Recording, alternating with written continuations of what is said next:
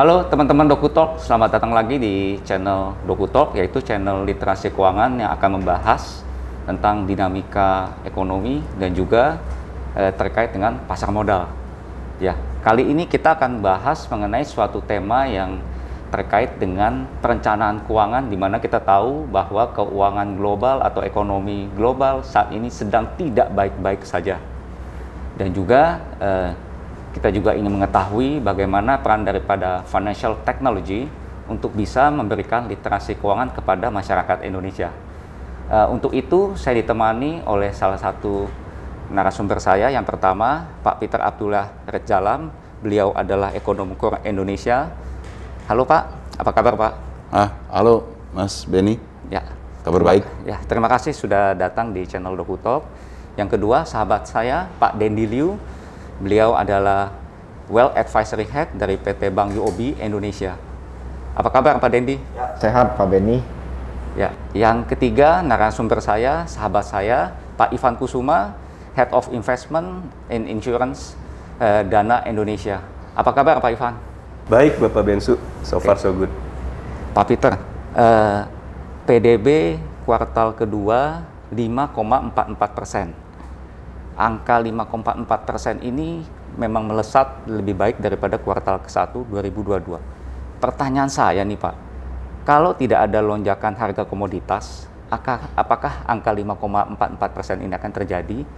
Yang kita tahu CPO, coal itu sedang mengalami kenaikan yang signifikan. Nah, selain itu Pak, pertanyaan saya adalah bagaimana sih Pak sesungguhnya latar belakang ekonomi makro Indonesia pada saat ini? Silakan Pak. Ya, terima kasih ini sebelumnya Mas Benny. Ya, saya panggil Mas saja ya. Ya, silakan Pak. Manggil saya Mas Peter juga nggak apa-apa. Ya. Biar kita alun. Ya.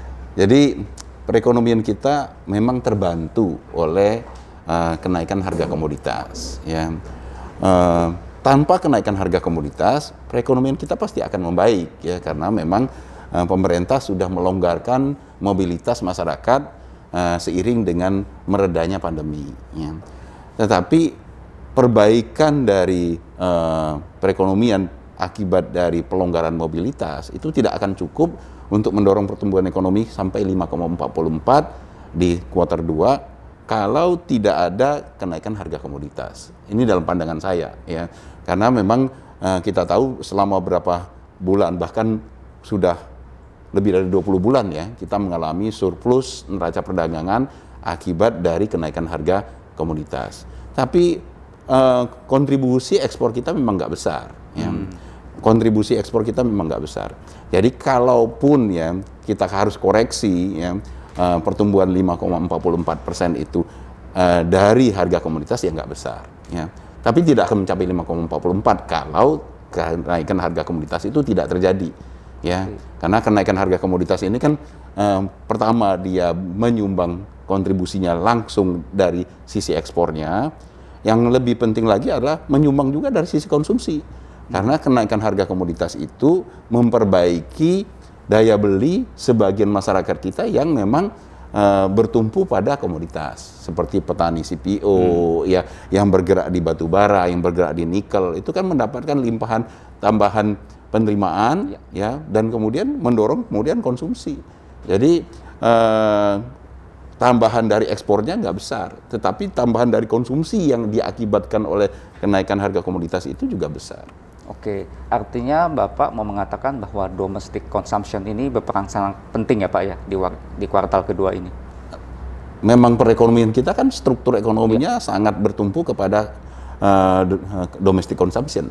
Ya, dan itu sering kita sebut sebagai kelemahan, tapi kalau menurut saya di tengah tadi yang disebutkan oleh Mas Benny, kondisi global yang tidak baik-baik saja, itu justru menjadi keunggulan kita. Oke, Pak Pit, kita cukup bangga lah ya, angka 5,44% ini dirilis. Nah, di pihak lain atau di sisi lain, banyak negara-negara lain itu mereka melakukan rilis ekonomi PDB di kuartal kedua jauh di bawah konsensus, seperti China, Amerika Serikat, dan juga negara Eropa. Pertanyaan saya Pak, simple Pak, apakah masyarakat Indonesia bisa lebih rileks dengan melihat situasi semacam ini? Di saat kita sedang 5,44% cukup baik, di sisi lain banyak negara itu yang sedang mengalami bahkan arahnya ke resesi. Silakan Pak. Ya, kalau rileks sih enggak ya Mas Benny ya. Bu Sri Mulyani kan selalu mengewanti-wanti ya bahwasanya masa depan ya global itu gelap ya. Itu dikonfirmasi juga oleh lembaga internasional seperti IMF ya. Memang masa depan global gelap. Banyak faktor yang menyebabkan ketidakpastian yang begitu besar di global ya. Tetapi kondisi di Indonesia kan seperti disebutkan Mas Benny ya sebenarnya baik-baik saja sebenarnya ya. Memang ada tekanan, ada faktor ketidakpastian, tapi dalam kondisi yang dengan pertumbuhan 5,44 kan menunjukkan bahwasanya kita sedang dalam proses membaik ya. Sedang dalam proses pemulihan ekonomi. Ya. Nah, yang perlu dilakukan di tengah kondisi ketidakpastian tentunya adalah tidak rileks-rileks saja ya. Kita harus mempersiapkan segala sesuatu agar supaya kita bisa mengantisipasi ketidakpastian itu ya. Ada risiko-risiko yang harus kita antisipasi. Kita tidak perlu khawatir yang berlebihan, tetapi kita juga tidak bisa rileks-rileks saja, lengah, sehingga kalau seandainya risiko itu terjadi ke suatu hal yang tidak diinginkan terjadi di masa depan, kita sudah bisa mengantisipasinya sejak awal. Oke, baik Pak Peter. Saya ke Pak Dendi ya. Pak Dendi, tadi sudah dijelaskan bahwa ekonomi global sedang tidak baik-baik saja. Jadi kita mesti waspada ya, seperti yang dikatakan oleh Ibu Sri Mulyani, Pak Jokowi. Pertanyaan saya ke Pak Dendi, kegiatan sosial dan ekonomi sudah mulai membaik Pak. Akibat PPKM sudah mulai diperlonggar ya Pak ya. Kita tahu PPKM ini digunakan untuk supaya COVID-19 ini waktu itu tidak menyebar. Nah, sementara yang kita tahu tekanan inflasi dan ekonomi global yang tadi sempat Pak Peter katakan. Nah, yang saya mau tanya ke Pak Dendi dari perspektif masyarakat secara umum, apa Pak yang mesti diperhatikan dalam pengelolaan keuangan yang relevan untuk situasi kondisi saat ini? Silakan Pak Dendi. Oke, terima kasih sebelumnya Pak Benny atas kesempatan yang diberikan untuk hadir di sesi ini dengan Dokutalk dan dengan ahli seperti Pak Peter dan praktisi seperti Pak Ivan. Kalau menyikapi bagaimana seharusnya masyarakat secara umum ya mengatur keuangannya, saya mungkin coba bantu kita memahami kondisi psikologis masyarakat saat ini dulu ya. Kita itu dari 2020, awal 2020 sampai kurang lebih akhir 2021 ini kita terkekang ya aktivitasnya dari sisi aktivitas sosial maupun ekonomi. Jadi bisa kita rasakan bahwa saat ini ketika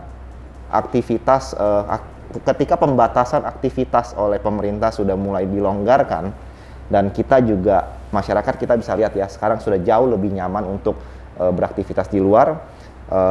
Aktivitas belajar mengajar contohnya sudah kembali offline ya dari yang tadinya mayoritas online. Kemudian juga tempat-tempat perbelanjaan, hiburan, tempat wisata sudah mengalami lonjakan. Jadi mulai kembali normal. Nah, jadi secara psikologis di sini kita bisa melihat bahwa masyarakat ini mulai optimis. Ya, mulai optimis dan dalam tanda kutip mungkin juga bisa mulai longgar dalam mengatur keuangannya.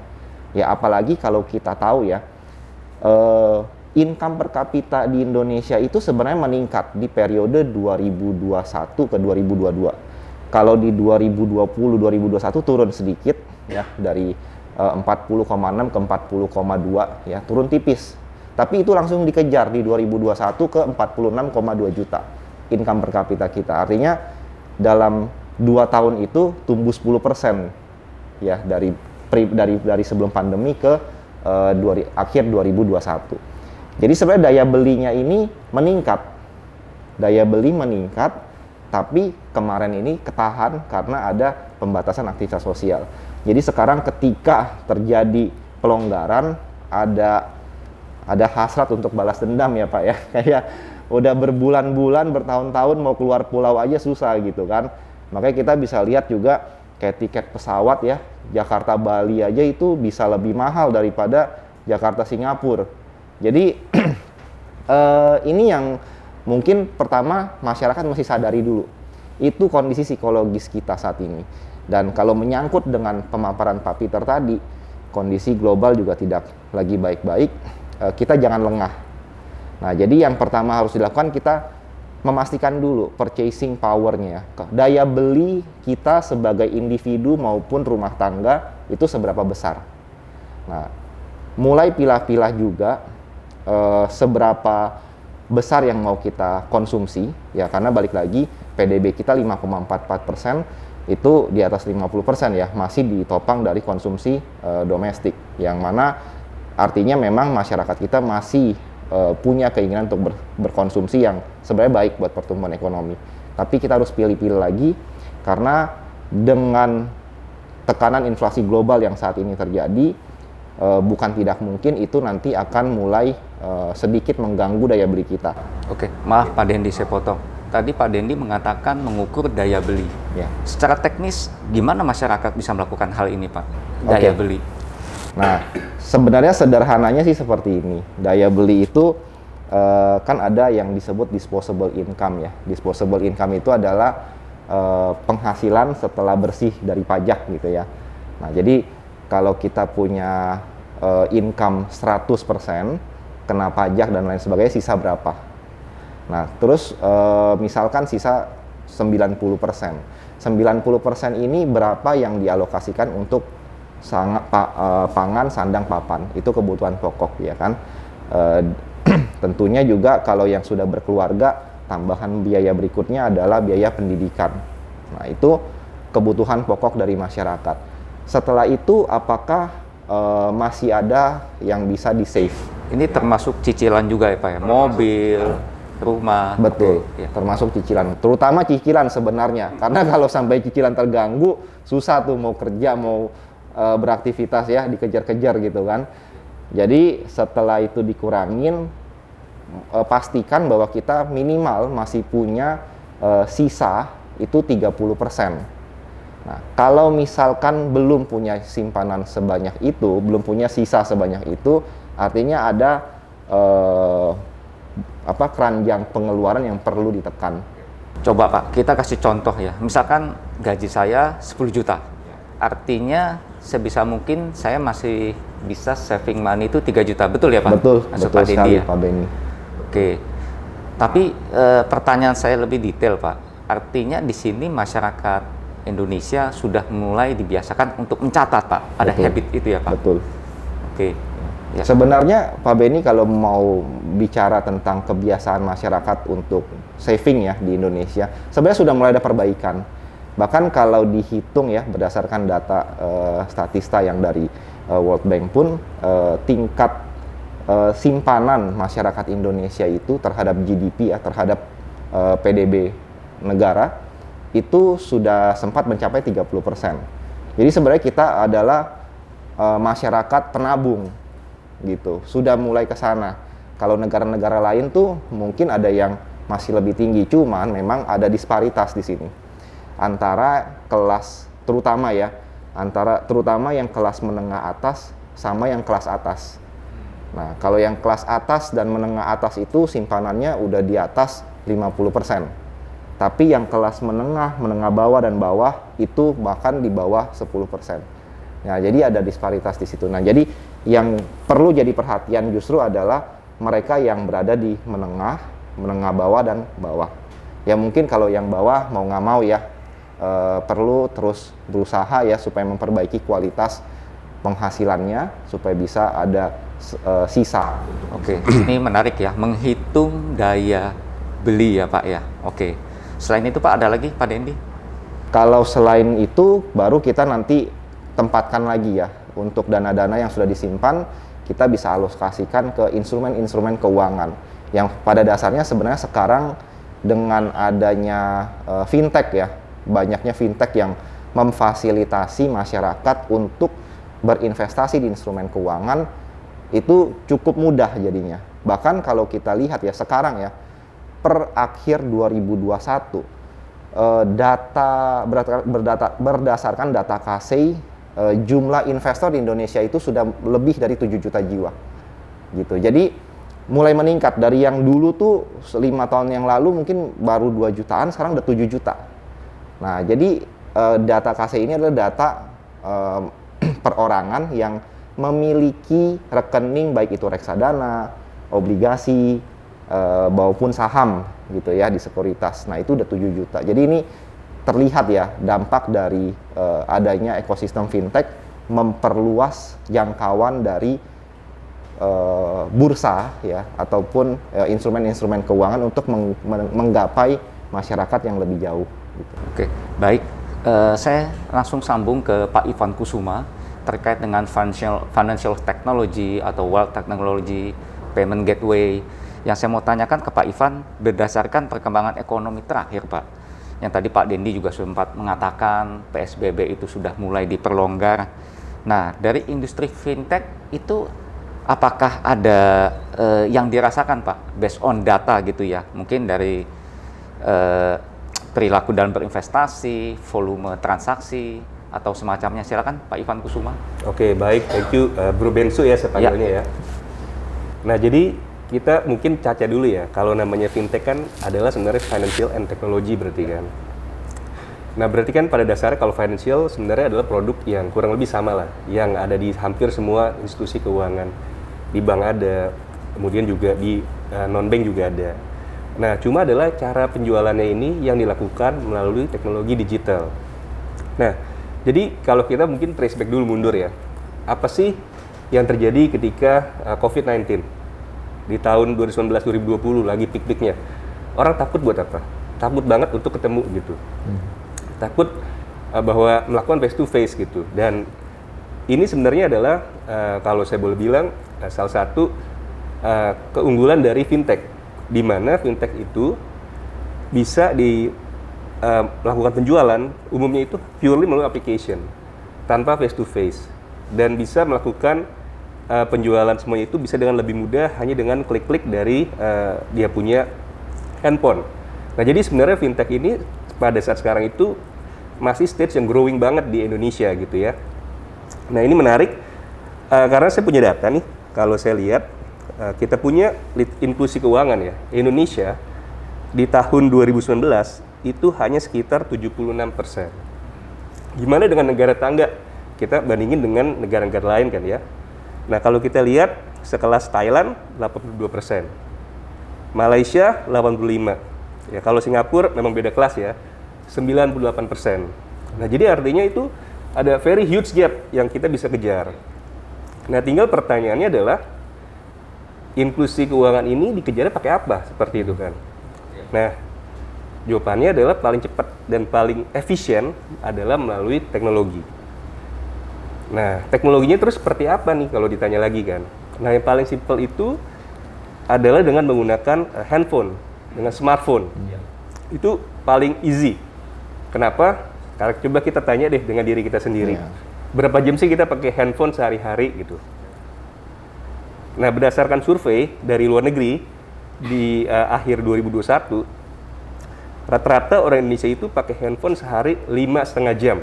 5,5 jam, Pak? Betul. Oke. Dan itu merupakan salah satu paling tinggi sedunia. Paling tinggi sedunia? Iya, salah satu yang paling tinggi ya. Oh. Nah, sedangkan di satu sisi, itu adalah kan dari intensitasnya ya. Kalau kita lihat lagi, dari penetrasi handphone, smartphone, Indonesia itu nomor 4 tertinggi di dunia. Nomor 1 China, 2 India, 3 Amerika, 4 Indonesia. Penetrasinya itu sebesar 64,8%. Dari 276 juta populasi Indonesia, 178 juta, hampir 180 juta, sudah ada smartphone, handphone. Nah, jadi paling gampang itu adalah menawarkan fintech lewat smartphone, dan itu yang sudah kita lakukan sekarang di Indonesia. Nah, jadi kembali lagi kalau ke depannya gimana? Ke depannya sangat-sangat menarik ya untuk fintech ini. Kalau kita lihat kayak di Dana sendiri, jumlah transaksi per hari itu sudah mencapai 10 juta transaksi per hari, dan jumlah customer juga terus nambah. Terakhir itu di 115 juta registered user. Dan kemudian kita lihat juga nih dari regulator, view-nya seperti apa. Stance mereka itu juga sangat open ya terhadap teknologi informasi. Nah, sebagai bayangan, per 1 Juli 2022, BI itu meningkatkan batas uang digital dari sebelumnya 10 juta jadi 20 juta. Itu untuk register user. Jadi user itu ada dua nih kalau di uang digital. Registered dan non-registered. Yang registered dari sebelumnya 10 jadi 20 juta uang mengendap. Dari jumlah transaksi maksimal 20 juta jadi 40 juta dalam sebulan. Kalau yang non-registered masih 2 juta. Nah, tapi ini artinya adalah BI pun juga mendukung ya untuk perkembangan teknologi digital. Seperti itu sih. Oke. Jadi artinya Pak Ivan mau sampaikan bahwa ini benar-benar sangat berkembang sekali ya Pak ya. Baik dari sisi transaksi, volume, dan juga regulator juga sangat mendukung ya Pak ya. Betul, jadi ini masih in the growing stage, Bensu. Dan kita akan lihat akan lebih banyak variasi-variasi lagi yang akan ada di masa depan sih. Oke, menarik Pak. Nanti saya akan kembali lagi ke Pak Ivan. Pak Peter, mengutip Kepala BKPM atau Menteri Investasi Pak Bahlil, beliau sudah memberikan signal, memang tidak stated langsung bahwa BBM akan dinaikkan, tapi kelihatan Pak bahwa signal itu ada, di mana subsidi untuk BBM itu sudah mencapai 500 triliun, di mana itu sekitar dengan 25% dari pendapatan APBN kita. Bisa dibilang ini kurang sehat Pak, banyak pandangan seperti itu Pak. Nah, kalau memang BBM mesti dinaikkan Pak, seberapa impact terhadap inflasi inti, dan itu apakah akan reflect ke domestic consumption? Dan juga pertanyaan saya simple sih Pak, dengan kemungkinan tersebut Pak, apakah kita masih bisa optimis di tahun ini Pak? Silakan Pak Peter. Ya, yang pertama yang saya ingin komentari adalah masalah tidak sehat. Ya, memang subsidi sekarang ini pada level yang sudah tidak sehat. Ya, subsidi memang selalu tidak sehat sebenarnya. Ya, subsidi itu sifatnya sebenarnya tidak sehat untuk perekonomian. Tetapi ya, kalau dalam kondisi sekarang ini, saya ingin memberikan sebuah analogi. Ketika kita lagi sakit, ya, kita disuruh makan antibiotik. Ya. Antibiotik itu nggak sehat. Tapi ketika kita memang lagi sakit, lagi ada radang, ya kita disuruh makan obat antibiotik. Walaupun sebenarnya tidak sehat, tapi itu yang akan menyembuhkan. Ya. Nah, sama dengan tadi subsidi. Ya. Kondisi sekarang ini Indonesia tingkat inflasinya masih relatif baik dibandingkan negara-negara lain. Amerika di atas 8%, Eropa di atas 8%, ya. Negara-negara sekitar kita, Malaysia, Singapura, itu juga inflasinya naik semua. Di atas kebiasaannya, yang rata-rata rendah sekarang di atas, bahkan lebih tinggi daripada kita. Kenapa? Ada dua hal yang menyebabkan inflasi kita terjaga. Yang pertama adalah di Indonesia ini produsen itu belum mentransmisikan seluruh kenaikan harga bahan pokok ke harga konsumen. Ya, ini terlihat di inflasi di tingkat produsen yang sudah di atas 20%. Ya. Inflasi di tingkat konsumen hanya di kisaran 4-5%. Ya. Kan ada gap yang besar. Ya. Ini menggambarkan bahwasanya harga bahan pokok yang naik itu tidak langsung ditransmisikan dengan kenaikan harga di tingkat konsumen. Ini bisa terjadi kenapa? Kalau di Indonesia ini memang biasa kayak gitu, ya. Misal harga kedelai naik, harga tempe nggak naik, atau naiknya sedikit, tidak setinggi kenaikan harga kedelai. Kenapa? Karena yang dilakukan oleh produsen mengurangi size. Ya, itu salah satu pendekatan-pendekatan yang dilakukan oleh produsen kita. Dan ini efektif meredam kenaikan inflasi di Indonesia. Itu yang pertama. Yang kedua, karena kita ada bantalan subsidi. Ya, kan kita tahu di Eropa itu, di Amerika yang memicu kenaikan tertinggi itu adalah harga BBM. Ya.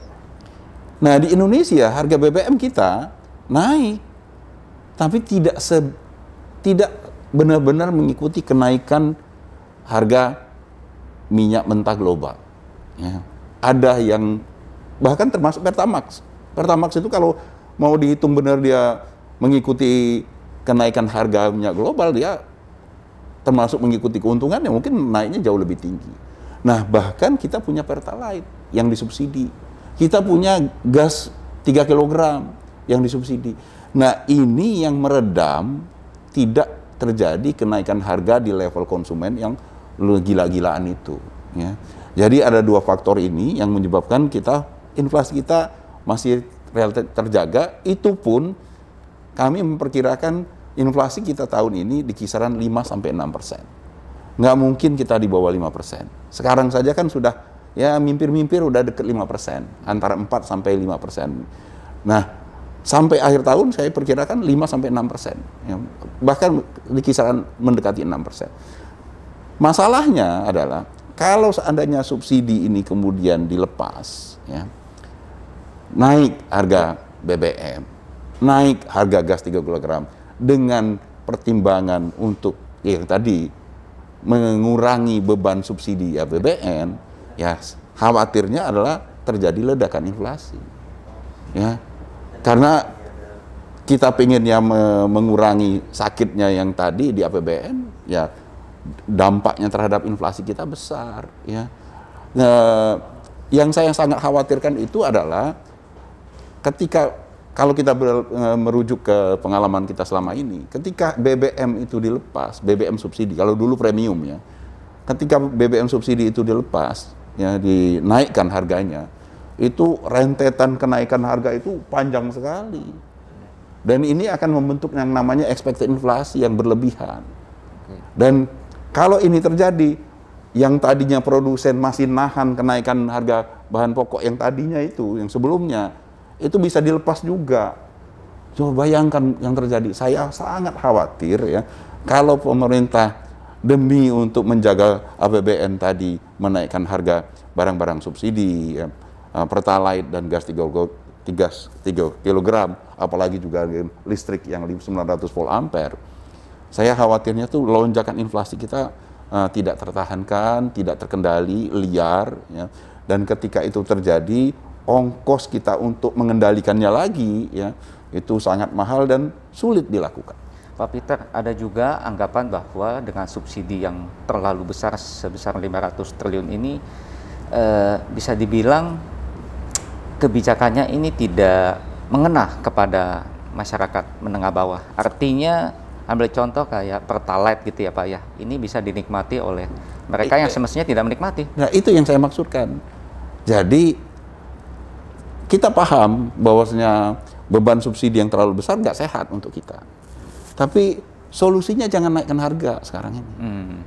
Ya, karena risiko yang kita hadapi dengan kenaikan harga barang-barang subsidi itu terlalu besar. Yang bisa kita lakukan adalah bagaimana kita memperbaiki mekanisme, ya, subsidi tersebut agar supaya bisa lebih tepat sasaran. Artinya semacam pembatasan ya Pak? Iya, semacam pembatasan. Jangan, ya karena memang kondisi sekarang ini dengan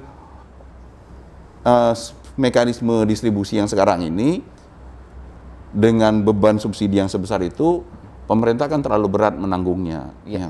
Bagaimana kalau harganya tetap aja Pertalite jangan dinaikkan, ya.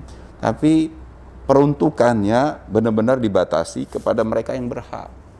Demikian juga dengan gas 3 kg. Ya. Nah, misal ya contoh ya kalau ya ini kita belum tahu ya. Misalnya tapi untuk SPBU di daerah-daerah elit, ya nggak perlu ada disediakan Pertalite. Ya. Jadi Pertalite hanya disediakan di SPBU tertentu.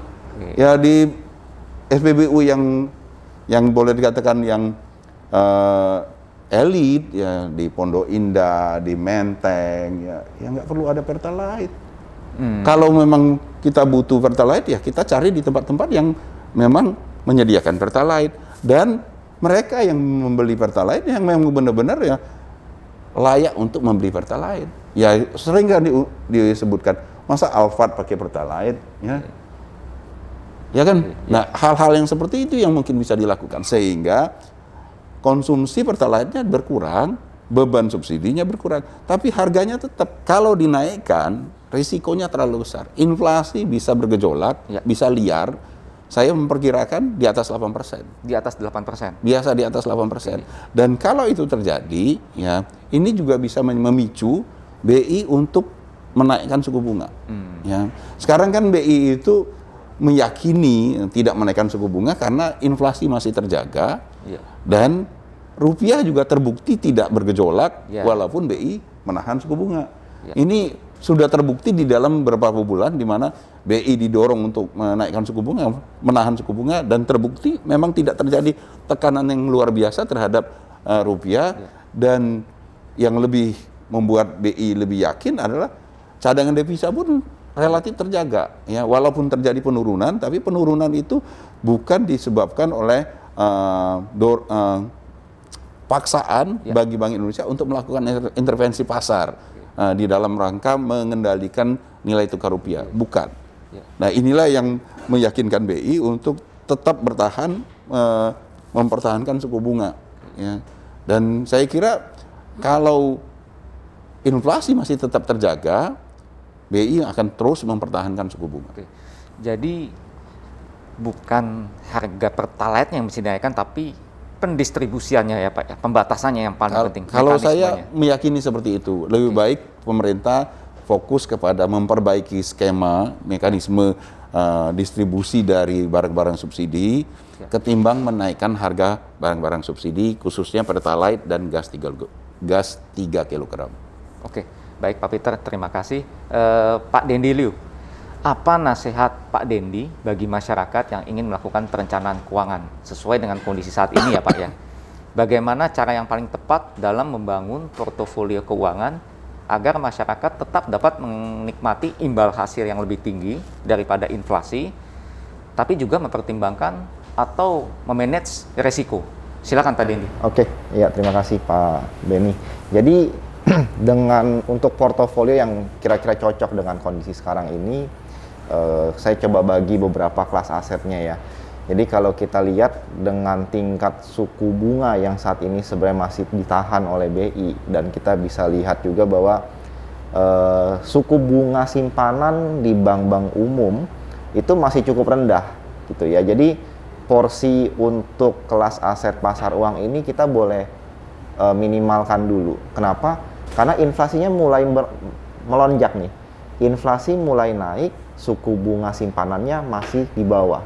Jadi kalau kita taruh di pasar uang, deposito, tabungan, itu kalah sama inflasi. Artinya ada negatif spread ya Pak di situ. Betul. Jadi daya beli ataupun nilai simpanan kita nanti pada akhirnya menyusut, kalah sama inflasi.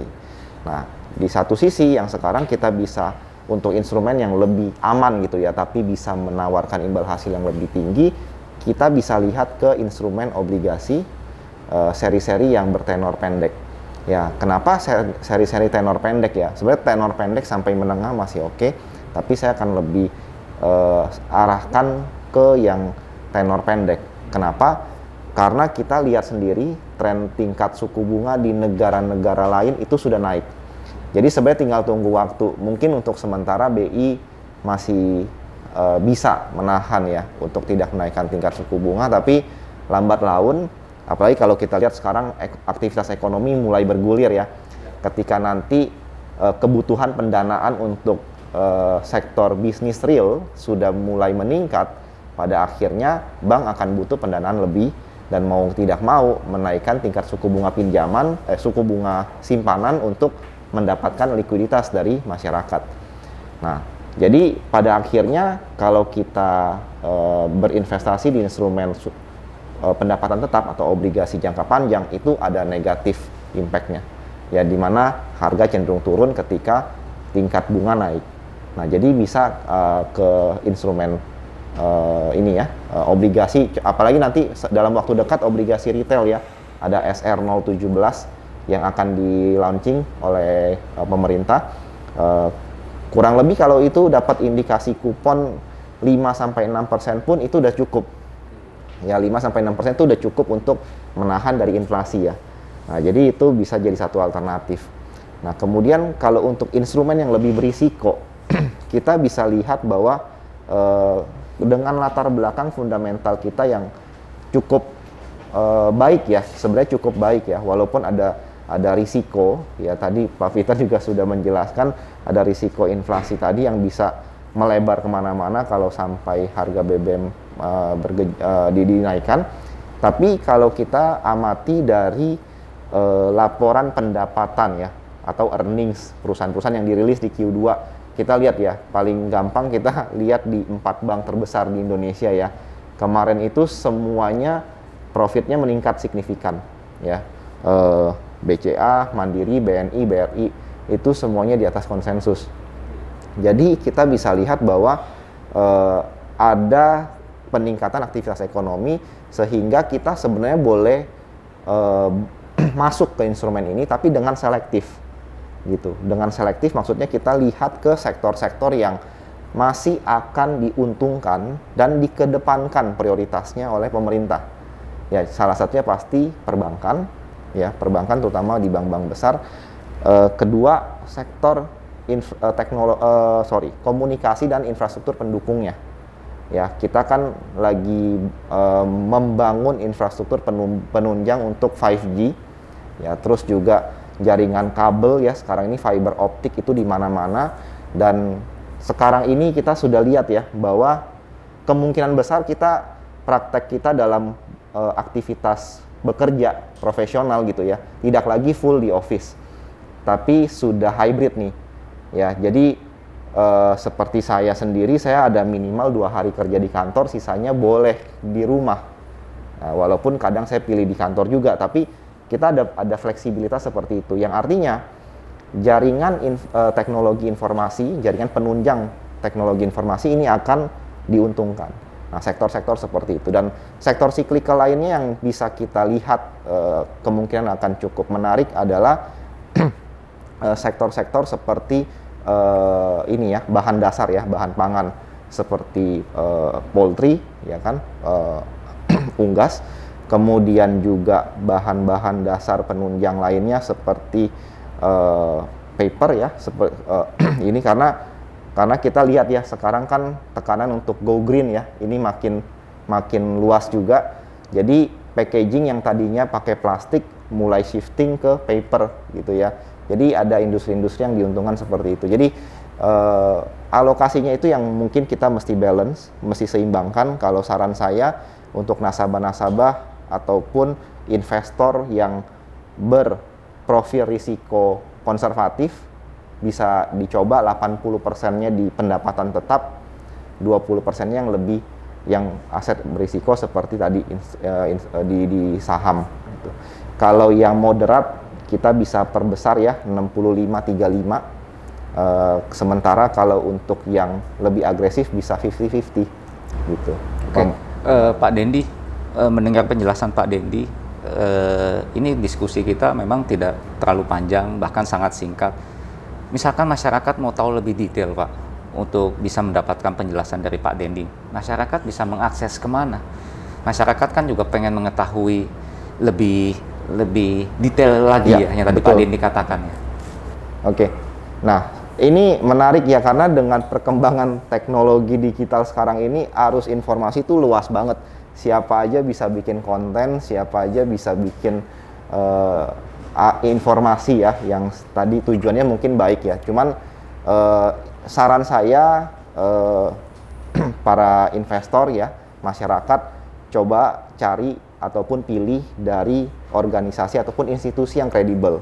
Bisa itu perbankan ataupun non perbankan, tapi yang memang kredibilitasnya tinggi. Jangan sampai kita cuman melihat dari platform sosial media, ada mungkin personal tertentu, individu tertentu yang sangat kreatif membuat konten, tapi isinya masih belum bisa divalidasi. Ya, gitu, karena kita ingat ya tahun 2020-2021 itu banyak banget yang terjebak di investasi bodong, dan itu di-endorse oleh cukup banyak individu yang mungkin kurang paham juga pada awalnya.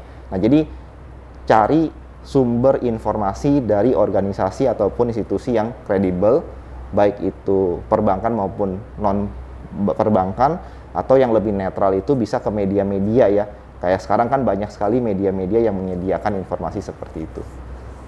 Ya, terima kasih Pak Dendi. Saya ke Pak Ivan Kusuma. Pak Ivan Kusuma, tadi saya sudah mendapatkan penjelasan dari Pak Peter. Pak Dendi membantu dalam mengalokasikan portofolio seperti apa sih? Nah, pertanyaan saya ke Pak Ivan, masyarakat apakah bisa mendapatkan semacam layanan atau semacam keterangan, informasi terkait bagaimana sih cara mengelola portofolio keuangan yang baik di tengah situasi yang penuh ketidakpastian ini, atau di mana peran financial technology terkait hal ini? Silakan Pak Ivan. Oke, jadi saya mulai dengan peran kedua dulu kali ya. Bagaimana sih peran financial technology di sini? Peran teknologi ini paling penting adalah untuk melakukan penetrasi yang lebih baik kepada masyarakat umum. Nah, tadi di awal Pak Dendi ini sempat menyinggung ya, contohnya sebagai contoh reksadana. Kalau reksadana itu kan kalau nasabah mau beli reksadana perlu buat suatu ID yang namanya itu SID, Single Identity di KSE, Kasedian Central Efek Indonesia. Nah, kita tahu bahwa beberapa tahun lalu industri reksadana itu sebagian besar penjualnya itu adalah institusi keuangan, lebih terbatas yang memiliki cabang-cabang lah ya, kalau saya boleh bilang yang base brick and mortar. Dan kalau kita lihat dari 2018 dan sebelumnya itu hanya berkisar kurang lebih 1 juta aja jumlah nasabah SID di Indonesia. Dari 270 juta hanya 1 juta yang punya produk reksadana, sangat-sangat sedikit sebenarnya. Nah, terus kita lihat dalam beberapa tahun terakhir muncul fintech yang bergerak menawarkan layanan reksadana misalnya ya, melalui fintech, tentunya yang diregulasi oleh OJK. Dan kita bisa lihat hasilnya sekarang, jumlah SID itu per akhir 2021 tadi sudah betul seperti kata Pak Dendi, udah sekitar 7,5 jutaan. Dan mungkin sekarang udah di mid 2022 mungkin sudah exit 8 juta gitu. Nah, jadi artinya apa? Fintech ini sangat membantu mentransmisikan keadilan ya, kalau saya boleh bilang, untuk masyarakat yang selama ini tidak terekspos gitu, untuk produk-produk finansial. Itu baru satu contoh untuk di reksadana. Tadi Pak Denny juga menyinggung mengenai SBN, surat berharga negara. Nah, kita flashback, surat berharga negara dulu itu juga dijualnya itu on paper. Ya, contohnya majority itu di bank ya. Dan kalau di bank itu channel lewat RM. Nah, tapi pertanyaannya adalah untuk masyarakat Indonesia yang secara majority masih unbank ya, populasinya belum punya akses ke bank. Nah, bagaimana bisa mendapatkan kesempatan untuk membeli produk SBN ini gitu? Bagaimana bisa mendapat kesempatan membeli produk yang bisa melawan inflasi tadi seperti bilang. Nah, beberapa tahun terakhir Kemenq itu sudah mensyaratkan kalau mau menjual surat berharga negara retail harus online platformnya. Jadi mau yang dijual lewat bank atau juga perusahaan lain yang mendapatkan sudah berlisensi tentunya ya, mau nawar SBN itu harus online. Dan kita juga lihat hasilnya it's good gitu. 2019, 2018 ke belakang hanya sekitar 100 ribuan setiap tahun. Sekarang 2021 sudah 600 ribu nasabah SBN. Jadi peningkatan ini itu cukup tinggi dan kalau saya bilang itu eksponensial gitu. Naiknya mengerucut sangat cepat. Nah, ini baru dari sisi produk investasi. Satu lagi tadi kalau juga menyinggung mengenai modal ya. Nah, kita juga melihat nih kalau kayak UMKM yang paling dibutuhkan apa bisa tumbuh? Jawabannya itu adalah keperluan modal. Ya. Nah, kalau UMKM kebutuhan kredit mereka dari data OJK di 2019 itu ada sekitar 1,6 triliun kebutuhan akan kredit dari UMKM. Tapi at the same time dari financial institution yang udah established, mereka tuh hanya bisa provide kurang lebih sekitar 600 triliun. Dan ini ada gap nih. Nah, akhirnya karena masyarakat mau demikian caranya juga harus survive, ya akhirnya bisa pinjamnya ke rentenir, bisa pinjamnya ke pihak-pihak lain yang mungkin kurang bertanggung jawab. Nah, gap ini juga mulai diatasi oleh fintech lending kalau sekarang ya. Diregulasi juga oleh OJK. Nah, di dalam regulasi itu tentunya juga mengatur batas maksimal tingkat suku bunga. Yang kalau terakhir itu di 0,4% per hari. Ya, apakah tinggi atau tidak ya itu relatif dibandingkan dengan contoh yang tidak beregulasi. Tapi bottom line adalah semua gap-gap yang ada yang memang masyarakat butuhkan itu sudah mulai tercover oleh sektor-sektor fintech ya, karena fintech kan juga berbagai jenis ya, ada yang di investasi, ada yang di lending, ada yang crowdfunding dan lain. Tapi fintech ini secara overall mulai membantu secara real ya di masyarakat ini kebutuhan yang ada untuk bisa dilengkapi ya dari financial institution yang sudah ada. Jadi bukan untuk mereplace tapi untuk melengkapi lah, mengkomplement yang sudah ada. Nah itu tadi jawaban yang kedua ya. Nah kalau yang pertama, kalau yang aman gimana? Tentunya juga saya berpaling ya, kalau kita bicara investasi, OJK itu lebih berpesan 2L ya, logic and legal gitu ya. Pastikan bahwa tersertifikasi kalau produk investasi oleh OJK, dan kemudian secara common sense juga make sense gitu, karena di mana-mana tidak ada yang bukan high risk high return ya. Di mana-mana pasti high risk high return, itu sudah hukum alam dari ekonomi. Jadi sometimes ketika kita memilih produk investasi, ya kita juga harus melihat common sense dalam mekanik dari produk tersebut. Oke. Seperti itu, Pak Ben. Pak Ivan, kalau saya kaitkan dengan yang tadi kita bahas semua, tahun 2023 gelap, penuh ketidakpastian, artinya masyarakat Indonesia harus jauh lebih hati-hati. Tadi seperti yang Pak Peter katakan, Pak Dendi juga sudah mengatakan portofolio sebaiknya diracik sedemikian hingga untuk menyikapi situasi yang tidak pasti itu. Nah, dari financial technology, Pak, tadi Bapak udah jelaskan bahwa ini sangat membantu kenaikan SI di masyarakat, juga mempunyai akses yang tadinya mungkin hanya bisa dimiliki oleh akses ke perbankan. Nah, kalau terkait dengan perencanaan keuangan, apakah financial technology ke depan juga akan bisa memfasilitasi hal ini, Pak?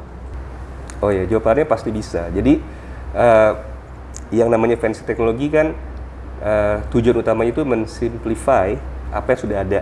Jadi mungkin ibaratnya kalau kita jualan barang dulu dari pabriknya, terus kemudian ada middleman-nya baru ke customer. Dengan financial technology ini, teknologi bisa menyatukan langsung dari pabrik ke end consumer seperti. Jadi middleman-nya itu sudah bisa dieliminasi. Nah, yang artinya apa? Artinya adalah biaya lebih murah pasti, karena kan pihak yang terkait lebih semakin sedikit ya. Dan yang kedua adalah lebih banyak pilihan.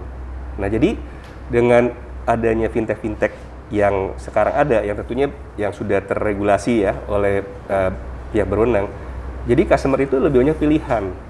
Customer itu kalau dulu pilihannya hanya terbatas ada di financial institution yang sudah ada, sekarang ini jadi fintech A, fintech B, fintech C pun juga ada. Customer, kita sebagai customer tentunya semakin banyak pilihan semakin bagus, karena ya provider itu pasti akan berkompetisi kan untuk memberikan yang terbaik, termurah, dan juga paling bisa dijangkau oleh nasabah dari service, dari dan lain-lain. Jadi kita sebagai konsumen akan sangat happy ketika fintech ini membuat industri finansial menjadi lebih terkompetisi lagi, bisa memberikan value added lebih sih kepada nasabahnya. Oke, baik Pak Ivan, sangat menjawab. Oke, Pak Peter, pertanyaan terakhir Pak dari saya Pak. Pak Peter masih optimiskah dengan ekonomi Indonesia di kuartal ketiga, kuartal keempat, di tengah Amerika Serikat secara teknis sebenarnya sudah masuk ke dalam resesi, bahkan Inggris dan Uni Eropa pun juga akan berlaku hal yang sama, dan apa pesan Pak Peter kepada masyarakat Indonesia untuk menyikapi hal ini, khususnya dalam terkait pengelolaan keuangan? Ya, terima kasih Mas Benny. Ya. Saya optimis, dan saya juga mengajak semua masyarakat Indonesia untuk tetap optimis, ya, karena optimis itu sebenarnya membuka banyak peluang. Ya. Ketika kita kehilangan optimisme, bahkan peluang-peluang yang ada pun bahkan bisa hilang. Ya. Jadi apapun yang terjadi kita tetap harus optimis. Apalagi kita punya modal besar untuk kita tetap optimis. Ya.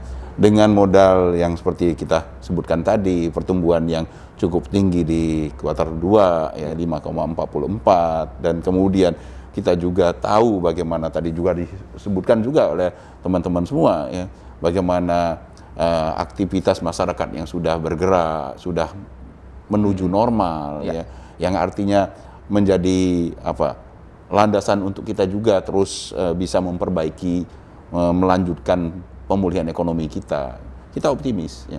Cuman sama seperti yang sudah saya sampaikan tadi, kita tetap harus waspada, ya. Memang ada risiko-risikonya, ya, yang akan kita hadapi. Kondisi di global itu pasti akan berdampak ke kita. Ya. Tetapi sejauh mana dampaknya itu pada kita, ya, itu yang kalau menurut saya cukup minimal. Ya. Indonesia ini memiliki struktur ekonomi yang lebih ditentukan oleh kondisi kita sendiri. Ya. Konsumsi dan investasi itu kontribusi terhadap pertumbuhan ekonomi kita itu hampir 80%. Ya. Kalau kita bisa menjaga ekonomi domestik, maka walaupun terjadi resesi di Amerika, itu dampaknya terhadap kita bisa kita redam, bisa kita kurangi. Sepanjang kita masih bisa mampu mengelola permintaan domestik kita. Dan ini sangat ditentukan oleh apa? Oleh ya tadi kebijakan-kebijakan dan kalau yang sifatnya lebih langsung pandemi. Ya. Kan kita tahu pandemi kan belum selesai nih. Ya. Jadi selama kita bisa mengelola pandemi, ya pandemi ini semakin mereda, berubah menjadi endemi, dan pemerintah tidak perlu melakukan pengetatan PPKM lagi, ya mobilitas tetap lancar, ya maka kita punya modal untuk terus melanjutkan pemulihan ekonomi. Dan yang kedua lagi kebijakan, ya kebijakan itu yang seperti saya sampaikan sebelumnya, pemerintah jangan sampai membuat suatu kebijakan yang salah. Ya. Misal tadi, ya memang sepertinya bagus ya kita, ya ini memang harga Pertalite harus naik karena memang beban APBN udah terlalu besar. Tapi ingat risikonya terlalu besar. Risikonya itu yang kita, iya kalau tidak terjadi. Kalau terjadi itu sesuatu yang harus kita sesali jadinya. Jadi kalau saya lebih baik pemerintah berjaga-jaga, jangan sampai sesuatu yang sekarang ini baik menjadi tidak baik dikarenakan kita menghindari beban yang sebenarnya masih bisa kita tanggung. Ya. Kenaikan harga komoditas kan menyebabkan sekarang ini pemerintah mengalami surplus APBN. Dan berarti kan tidak ada kondisi darurat yang mengharuskan pemerintah untuk menaikkan harga-harga barang subsidi. Karena kondisi APBN sebenarnya masih relatif baik. Ya. Nah jadi kalau menurut saya kita optimis, ya tentunya tetap dengan berhati-hati. Kita meyakini perekonomian kita akan terus membaik dan semoga ini bisa kita jaga, pemerintah dan kita semua bisa menjaganya. Kuncinya saya tangkap di mana pemerintah sebisa mungkin mengendalikan inflasi ya Pak ya untuk saat ini ya. Pemerintah harus menjaga ekspektasi. Ya. Yang saya sebutkan tadi inflasi, ledakan inflasi itu risikonya di mana? Risikonya mempengaruhi ekspektasi. Jadi kalau harga sudah naik-naik semua, ya ini banyak orang nanya, ekspektasi itu gimana sih mempengaruhi harga? Saya kasih gambaran aja Mas Benny. Ketika harga itu semuanya sudah naik, ya, naiknya melambung tinggi, maka yang akan terdorong itu adalah ngapain saya, seperti tadi, kan tadi disebut ada spread negatif. Ngapain saya nabung kalau besok harga-harga itu naik? Lebih baik saya belanja sekarang. Kalau saya belanja sekarang, demand naik. Jadi dorongan inflasi itu menjadi dari semua sumber. Dari supply-nya naik, dari sisi demand-nya naik nanti. Inflasi intinya juga naik. Jadi ini yang disebutkan oleh kondisi yang liar, ya, yang tidak terkendali, yang disebabkan oleh ekspektasi yang berlebihan. Kita berharap, kita memperkirakan semuanya harganya naik, ya sebelum harga naik kita beli. Nah, jadi self-fulfilling ini prophecy jadinya. Jadi hal-hal yang seperti ini yang harus diantisipasi oleh pemerintah. Pemerintah harus ya jangan mensepelekan lah ya. Ya ini udahlah naikin aja nih daripada beban APBN terlalu besar kita naikin. Lupa kalau ada risiko yang kalau sudah terjadi sangat sulit untuk kita memperbaikinya. Pak Peter, apakah yakin bahwa pertumbuhan ekonomi kita di atas 5% untuk tahun ini Pak? Saya yakin. Oke. Baik Pak Peter, terima kasih ke Pak Dendi. Ada pesan utamakah untuk masyarakat Indonesia terkait literasi keuangan dalam kita menghadapi situasi yang penuh tidak pasti ini? Oke. Kalau terkait literasi keuangan memang ya tadi saya sudah sampaikan ya, akses informasi saat ini sangat luas, sangat mudah gitu ya. Ya kita harus mau put effort ya untuk mencari informasi yang tepat untuk kita mengedukasi diri kita supaya bisa lebih baik dalam mengelola keuangan dan juga bisa paham instrumen-instrumen keuangan yang tepat dengan kondisi yang ada saat ini. Jadi tadi juga sudah disampaikan Pak Peter, kita sebenarnya masih harus optimis. Kita harus optimis karena memang latar belakang kondisi ekonomi kita sangat baik gitu ya. Dan tapi memang ada risiko di luar. Nah, risiko di luar ini yang kita tidak bisa pungkiri, pasti ada ripple effect ya, efek riak dari karena ketergantungan dan keterikatan satu negara dengan negara lain saat ini itu sangat erat gitu ya, walaupun jauh ya, secara jarak jauh, tapi impact-nya tuh bisa terasa. Nah, ketika ripple effect ini terasa di sini, kita siap menghadapi itu dan kita tidak kehilangan ataupun harus mengambil langkah-langkah yang jadi tidak objektif gitu ya, karena desakan kebutuhan keuangan gitu. Jadi itu ya, kita tetap optimis tapi waspada dan tetap tetap berusaha untuk memperdalam dan memperkaya diri dengan informasi-informasi yang terkait instrumen keuangan dari website ataupun organisasi. Artinya literasi keuangan masyarakat mesti ditingkatkan ya Pak ya? Pasti. Salah satunya lewat DokuTalk ini ya Pak ya? Ya, salah satunya lewat DokuTalk ini, betul Harus sekali. nonton ini nih. Ya. Harus nonton ini. Pak Ivan, apa harapan Pak Ivan terhadap peran financial technology untuk kedepannya, khususnya untuk masyarakat Indonesia? Ya, harapannya adalah untuk bisa lebih membantu ya tentunya ya, karena kita tahu nih, maksudnya kita lihat deh tren di luar negeri sana ya.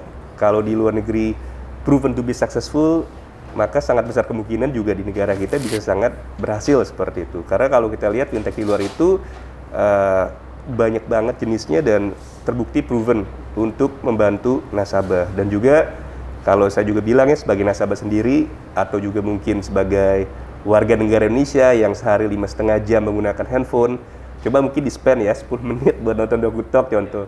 Dan juga silakan coba-coba aplikasi-aplikasi fintech gitu. Karena kan daftar download, kemudian kan bisa daftar, bisa nggak dilihat dulu fitur-fiturnya kan. Kalau daftar juga paling pakai KTP gitu. Kalau nggak suka ya tinggal di uninstall aja gitu. Dan itu hampir tidak biayanya gitu loh. Jadi sebenarnya kesempatan itu ada di sana. Tinggal kita mau pakai atau tidak gitu.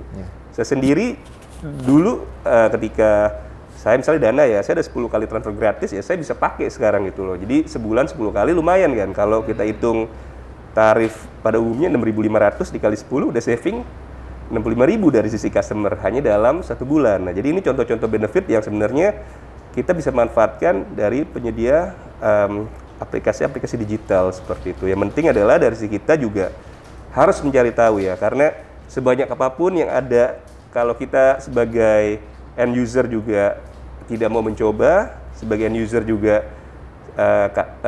hitungannya adalah tidak peduli, bukannya sosial media ngeliatin yang gosip-gosip ya, itu juga nggak banyak bantu sih. Jadi kita harus banyak belajar dari diri kita sendiri. Oke, kembali lagi sebenarnya masyarakat punya opsi yang sangat banyak ya Pak ya terkait financial technology, dan juga kedepannya akan berkembang terus ya Pak ya fitur-fiturnya ya Pak. Oke, baik Bapak-Bapak semua, Pak Peter Abdullah, Pak Dendi Liu, Pak Ivan Kusuma, saya sangat ucapkan terima kasih banyak sudah menjadi narasumber DokuTalk. Saya sangat terbantu sekali. Salam sehat selalu. Semoga kita ketemu di lain kesempatan. Ya, terima kasih Pak Peter. Mas Densu.